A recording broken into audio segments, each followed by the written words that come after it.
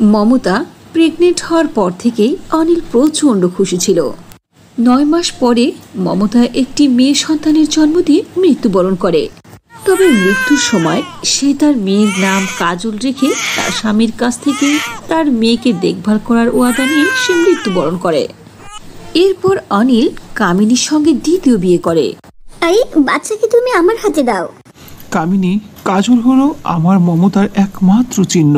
তুমি এর সাথে কোনোদিন সৎমায়ের মতো আচরণ করো না প্লিজ। আপনি এ নিয়ে ভাববেন না। আমি কাজলকে পেটে ধরে নিই, জন্ম দিইনি তো কি হয়েছে? ও আজ থেকে আমার নিজের মেয়ে। ওকে নিজের মেয়ের মতো করে আমিও ভালোবাসবো আর বড় করে তুলবো। কামিনী অনিলকে বিভিন্ন রকম মিষ্টি কথায় ভুলিয়ে ভালিয়ে তার কাছে বিশ্বস্ত হয়ে গেল। কিন্তু অনিলের অনুপস্থিতিতে সে বাচ্চাকে অনেক কষ্ট দিত, ক্ষুধার্ত রাখতো আর কান্না করাতো। এরই মধ্যে দিয়ে কামিনীও গর্ভবতী হয়ে যায় আর তারও একটি মেয়ে সন্তানের জন্ম হয়। কামিনীর মেয়ে খুবই সুন্দরী, ফর্সা হয়। আরে ও অনিলজি, দেখুন আমার মেয়ে দেখতে কত সুন্দর হয়েছে। ওর বিয়েতে না কোনো যৌতুকও লাগবে না। দেখো, কামিনী তার নিজের মেয়ের নাম লাবণ্য রাখলো। অধিকাংশ সময়ই কাজলের বিরুদ্ধে অনিলকে অনেক কিছু বোঝায়, যার কারণে ধীরে ধীরে অনিল ভুলে গিয়েছিল যে লাবণ্য ছাড়াও তার আরেকটি মেয়ে আছে। অনিল লাবণ্যের জন্য প্রতিদিনই খেলনা নিয়ে আসতো, আর বেচারি কাজলের জন্য আপন বলতে এই পৃথিবীতে আর কেউ নেই। ধীরে ধীরে দুই বাচ্চায় বড় হয়ে যায়। নিজের ফর্সা রঙের কারণে লাবণ্য অনেক বেশি অহংকারী হয়। আরে কালজি কয়লা, সর এখান থেকে, সাইডে যা। আমি এখন তৈরি হব না, আমি আগে রেডি হব। আমি আয়নার সামনে আগে এসেছি। কাজল ও লাবণ্যের মধ্যে আয়না নিয়ে ঝগড়া শুরু হয়ে যায়। তখন সেখানে কামিনী চলে আসে আর কাজলকে অনেক জোরে থাপ্পড় মেরে বলে, আরে কালের কয়লা, কুৎসিত বান্দর কোথাকার, আমি তোকে কতবার বলেছি যে তোর কালো চেহারা নিয়ে তুই আমার মেয়ের সামনে আসবে না। সর এখান থেকে। লাবণ্য, মা আমার, দেখো তোমার জন্য নতুন ক্রিম এনেছি।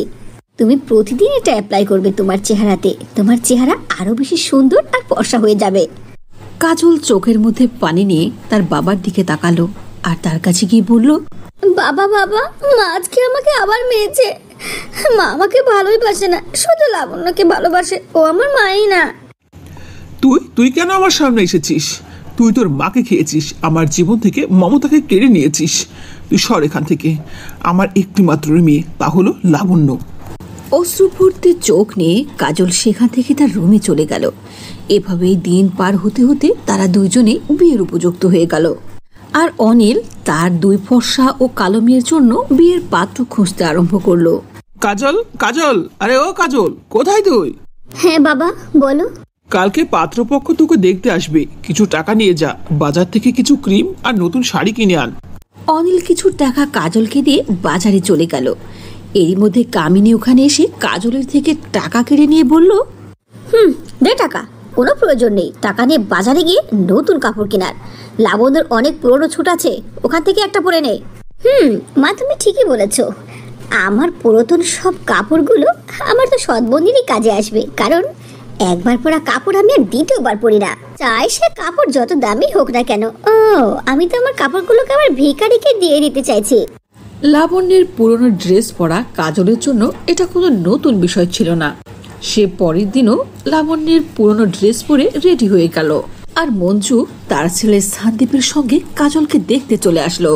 কিন্তু কাজলের কালো রং দেখে বিয়ের জন্য সে না করে দিল। ভাই সাহেব, মাফ করবেন। আপনি আমার ছেলের দিকে তাকিয়ে দেখুন।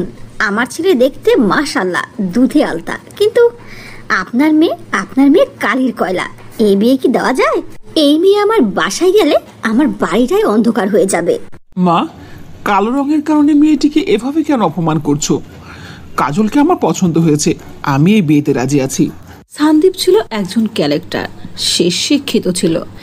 সে তার সব কথাকে সাহস করে খুলে বলতে পারত। কাজলের বিয়ে ঠিক হওয়ার পরপরই লাবণ্যর বিয়েও রণবীর নামে একজন ছেলের সঙ্গে ঠিক হয়ে গেল। আর দুই মেয়েরই হববরের বাড়ি থেকে শপিং আসলো। এরে সৎবোন, দেখ দেখ, আমার শ্বশুর বাড়ি থেকে কত দামি দামি জিনিস পাঠিয়েছে আমার জন্য। আমার বিয়ের জন্য ওরা লাখ টাকার লেহেঙ্গা কিনে দিয়েছে। আর তোর সেই ক্যারেক্টারওয়ালা জামাই তোর জন্য কি দিয়েছে দেখ। কয় টাকা দামে লেহেঙ্গা হবে? লাবণ্য, তুমি খবরদার এ কথা বলে আমার বিয়ের জিনিসকে ছোট করবে না। এটা আমার স্বামী প্রথম আমাকে দিয়েছে, এটাকে দামের সাথে কেন তুলনা করছো? হ্যাঁ হ্যাঁ, যা কিছু আছে তা নিয়ে খুশি থাকা তো তোর অভ্যাস। কামিনী তার ফর্সা মেয়ের হলদের জন্য অনেক দামি ড্রেস তৈরি করছিল। ওদিকে কাজলকে দিল হলুদ রঙের সস্তা একটা শাড়ি। লাবণ্য, মা আমার, তুই এই ড্রেস পরে চলে আয়, হলদের অনুষ্ঠান শুরু হতে যাচ্ছে। Thank you so much mummy, আমার হলদের ড্রেসটা কি যে অ্যামেজিং। আর ও কালো বোন, তুই আমার কাছ থেকে দূরে থাকবি, বুঝেছিস? কিছুক্ষণের মধ্যেই হলদের অনুষ্ঠান শুরু হয়ে গেল। সব মেহমান, কামিনী, অনিল সবাই মিলে তার ফর্সা মেয়েকে নিয়ে ব্যস্ত আছে। হে খোদা, তুমি আমার মেয়ে লাবণ্যকে শ্বশুর বাড়িতে খুশি রেখো। এই দেখো না, আমার ফর্সা মেয়ের চেহারায় হলুদের রং কতটা মানিয়েছে। কত সুন্দর লাগছে তোকে মা, কারো যেন নজর লেগে না যায়। ডোন্ট ওয়ারি মা, কারোর নজর আমার উপরে লাগবে না। দেখো না, আমার কালো বোন পাশে আছে কালো টিকা হিসাবে। নাও, এই যে আমার প্রিয় সৎ কালো বোন, তোমাকেও আমি হলুদ লাগিয়ে দেই। এই হলুদ মাখলে কমসে কম তোমাকে তো একটু ফর্সা লাগবে, তাই না? ফর্সা বোন লাবণ্য হলুদের অনুষ্ঠানেও কাজলকে নিয়ে অনেক বেইজ্জতি করলো। তার কারণ একটি ছিল যে লাবণ্য ছিল ফর্সা। লাবণ্যর প্রত্যেকটি আশাকে তার মা বাবা পূর্ণ করলো। দামি দামি গহনা, দামি লেহেঙ্গা, এমনকি বিয়ের জন্য তাকে অনেক দামি স্টেজে বসানো হলো। ওদিকে কাজলের জন্য প্রত্যেকটা জিনিসেরই কমতি ছিল, কেউ কিছুই তাকে দিতে চাইছিল না। লাবণ্য, মামনি, পার্লারের লোক চলে এসেছে, তুই তাড়াতাড়ি রেডি হয়ে যা। শোনো, আমার মেয়েকে এমন করে সাজিয়ে তুলবে যে সবাই যেন শুধু তাকিয়েই থাকে। Sure ma'am. মা, আমার জন্য পার্লার থেকে বিউটিশিয়ান আনোনি? আরে তোর মাথা খারাপ, তুই যে কালির কয়লা, তোর মুখে যতই মেকআপ দেওয়া যাক না কেন, তোকে কি দেখতে সুন্দর লাগবে? কালির কয়লা কালি থাকবি। অযথায় তোর জন্য কেন টাকা খরচ করব বলতো? একথা শুনে কাজল আরো বেশি কষ্ট পেল। কাজল তার চোখে পানি নিয়ে নিজে নিজে সাজুগুজু করলো আর তার বাবার কাছে গেল। বাবা, আমি এই বাড়ি থেকে আর সারা জীবনের জন্য চলে যাব। তোমার এই অভাগা মেয়েটিকে আজকের জন্য তো একটু দোয়া করে দেবে। ওই সময় হঠাৎ করে দেওয়াল থেকে কাজলের আপন মায়ের ছবি নিচে পড়ল। তখন অনিলের মনে হয়ে গেল মমতার সাথে দেওয়া সেই ওয়াদার কথা। মা, তুই আমাকে ক্ষমা করে দে, আমি তোর সাথে অনেক অন্যায় করেছি। কামিনী আমার নিজের সন্তানের কাছ থেকেও আমাকে দূর করে দিয়েছে। আমি কামিনীর কথায় ফেঁসে গিয়েছিলাম, আমি বুঝতে পারিনি যে আমি কি করছি। আজ তোর এই অভাগা বাবা তোর জন্য মন থেকে দোয়া করে দিল। শ্বশুর বাড়িতে তুই যেন এত বেশি ভালোবাসা পাস, সুখ পাস, যেন বাবার বাড়ির কথা আর মনেই না থাকে। এর কিছুক্ষণ পরে বিয়ের অনুষ্ঠান শুরু হয়ে গেল। হঠাৎ করে লাবণ্যর বিয়ের লেহেঙ্গাতে আগুন ধরে গেল আর দাও দাও করে জ্বলতে লাগলো। পাশ থেকে কাজল লাবণ্যর লেহেঙ্গার আগুন নিভিয়ে দিল আর তার আগুন নিভাতে গিয়ে কাজলেরও হাতে চোট লাগলো। এতে লাবণ্য বেঁচে গেল। তখন তাদের বাবা কামিনীকে বলল, দেখো দেখো কামিনী, যাকে তুমি আর আমি সারাটা জীবন ধরে অত্যাচার করেছি, অবহেলা করেছি, দেখেছো, আজ ওই কাজলের জন্যই তোমার আদরের মেয়ে লাবণ্য বেঁচে গেল। হ্যাঁ লাবণ্য, তুই আমাকে ক্ষমা করে দিস মা। আজকের পর থেকে জীবনে কখনো আর তোকে আমি সৎ মেয়ে মনে করব না। কাজল তার সৎমাকে ক্ষমা করে দিল। কিছুক্ষণ পরে দুই মেয়েরই অনেক ধুমধাম করে বিয়ে হয়ে গেল। কাজল তার শ্বশুর বাড়িতে অনেক হ্যাপি ছিল। এভাবে কাজলের জীবন সুখে শান্তিতে ভরে উঠল। সিন্ড্রেলা ছিল পঞ্চমবারের মতো গর্ভবতী। সে একটি সরকারি হাসপাতালে বাচ্চা প্রসবের জন্য গিয়েছিল। সে ওই সরকারি হাসপাতালে তার ৫ম নম্বর বাচ্চাকে জন্ম দেবে। তাছাড়া সিন্ড্রেলার আগের যে 4টি সন্তান তারা সবাই ছিল মেয়ে। সিন্ড্রেলার শাশুড়ি মধুবালা ও তার স্বামী বাইরে দাঁড়িয়ে অধীর আগ্রহে অপেক্ষা করছে সংবাদ শোনার জন্য। কিছুক্ষণের মধ্যে বাচ্চা প্রসব করলো। ডেলিভারি নার্স সুসংবাদ দেওয়ার জন্য বাহিরে চলে আসলো আর তার শাশুড়ি মধুমালাকে বলল, আন্টি, স্বাগতম জানাই, আপনাদের মেয়ে জন্ম হয়েছে। হায় হায়, আরে খোদা, আবারও একটি মেয়ে জন্ম দিল। আরে রোহান বেটা, তোর বউ না মেয়ে জন্ম দেওয়ার মেশিন। উপরে 4টা মেয়ে, তার উপরে আবার আর একটা মেয়ে জন্ম দিল। মা, তুমি একদম ঠিক বলেছ। এখন তো 5টা বাচ্চা নিয়ে আমি লালন পালন করব, তার উপরে বিয়ের খরচা আমি কি করে চালাবো? আমি তো শেষ হয়ে যাব। বেটা রোহান, তাই বলছি কি, এই হাসপাতালে সিন্ড্রেলার 5টা সন্তান সহ রেখে আমরা উধাও হয়ে চলে যাব। কেউ টেরই পাবে না যে আমরা এমনটা করেছি। মা, তুমি একদম ঠিক বলেছো, চলো আমরা দুইজন এখান থেকে ভেগে যাই। এরপর দুই মা বেটা মিলে সিন্ড্রেলার ছোট বাচ্চা ও বাকি 4 জনকে সহ ফেলে সেখান থেকে পালিয়ে গেল। কিছুক্ষণ পরে সিন্ড্রেলার যখন জ্ঞান ফিরল, তখন সিন্ড্রেলা তার বাচ্চাকে দেখে অনেক খুশি তো হলো বটে, কিন্তু তার শাশুড়ি ও স্বামীর কারণে মেয়ে হয়েছে বলে অনেক ভয় পেল। সিন্ড্রেলার জ্ঞান ফিরতে না ফিরতেই নার্স তার বাকি 4 সন্তানকে নিয়ে তার কাছে চলে আসলো। তখন সিন্ড্রেলা বলল, সিস্টার, আমার স্বামী আর শাশুড়ি ওরা কোথায়? ওরা এখানে আসেনি? ওরা তো কিছু না বলেই এখান থেকে চলে গেল। এ কথা শুনে সিন্ড্রেলা অনেক কষ্ট পেল। এরপর যখন হাসপাতাল থেকে ছুটি পেল, তখন তার নবজাতক বাচ্চাকে কোলে নিয়ে আর বাকি আরো 4টাকে নিয়ে বাড়ি চলে গেল। বাসায় গিয়ে সিন্ড্রেলা দরজা ধাক্কাতে লাগলো আর তার শাশুড়িকে আওয়াজ দিতে লাগলো, মা, মা, দরজা খুলুন, আমি সিন্ড্রেলা, আমি এসেছি। তখন রাখতে রাখতে মধুমালা দরজা খুলে বলল, আরে এই মেয়ে, তুই কেন এসেছিস এখানে? এখানে তোর কোনো জায়গা নেই। আমার ছেলে সারা জীবনের জন্য তোকে ছেড়ে দিয়েছে, তালাক দিয়েছে। তোর এখানে কোনো জায়গা নেই। তোর 5টা বোঝাকে গাঁটটি পিঠে নিয়ে এখান থেকে চলে যা।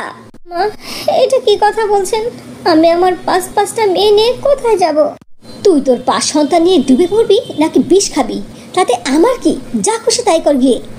আজকালকার জামানায় একটা মেয়েকে সামাল দেওয়াই অনেক কঠিন, আর তুই একের পর এক মেয়ের জন্ম দিয়ে যাচ্ছিস।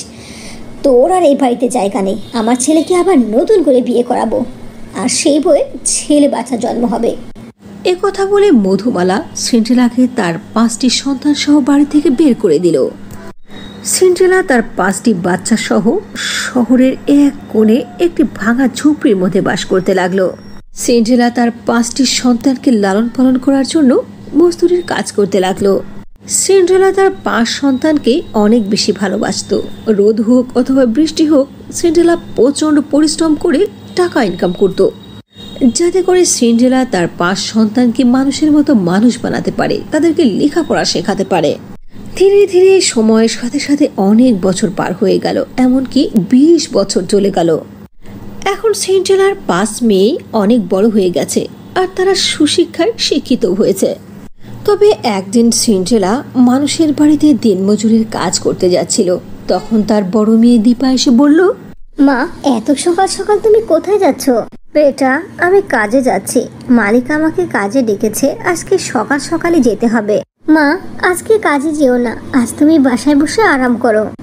না বেটা, আমি পরিশ্রম করা ছাড়তে পারবো না। আমি এই পরিশ্রম দিয়েই তো আমার 5টি সন্তানকে লালন পালন করেছি, তাদেরকে শিক্ষিত বানিয়েছি। আর যদি আমি কাজ ছেড়েই দিই, তাহলে ঘর কি করে চলবে? মা, ঘরের খরচ আমি চালাবো। আমার অনেক ভালো পজিশনে চাকরি হয়ে গেছে, তোমার কোনো টেনশন নেই। সত্যি বলছিস মামনি? আমার ছোট মেয়ে এত তাড়াতাড়ি এত বড় হয়ে গেল, আমি তো বুঝতেই পারলাম না। এ কথা বলে সিন্ড্রেলা দীপাকে জড়িয়ে ধরলো। এরপর যখন সন্ধে হলো, তখন সিন্ড্রেলা তার বড় মেয়ে দীপাকে সঙ্গে করে বাজারে গেল সবজি কিনতে। তখন প্রতিবেশী সারেতা নামে একজন মহিলা অন্য একটি মহিলাকে সিন্ড্রেলাকে ধিক্কার দেওয়ার জন্য বলছিল, আরে ও কমলা বোন, আজকের জামানায় 5টি মেয়ে মানুষ করা যে কত কঠিন, তা আবার বাবা ছাড়া। মেয়েরা বোঝা ছাড়া আর কিচ্ছু না। দেখো দেখো, এই জন্য এদের বাবা এদেরকে ছেড়ে দিয়েছে। আরে ও সারিতাবু, তুমি কেমন কথা করছো? আমার মেয়েরা বোঝা? খবরদার, এই কথা বলবে না, তোমার মুখ আমি ভেঙে দেব।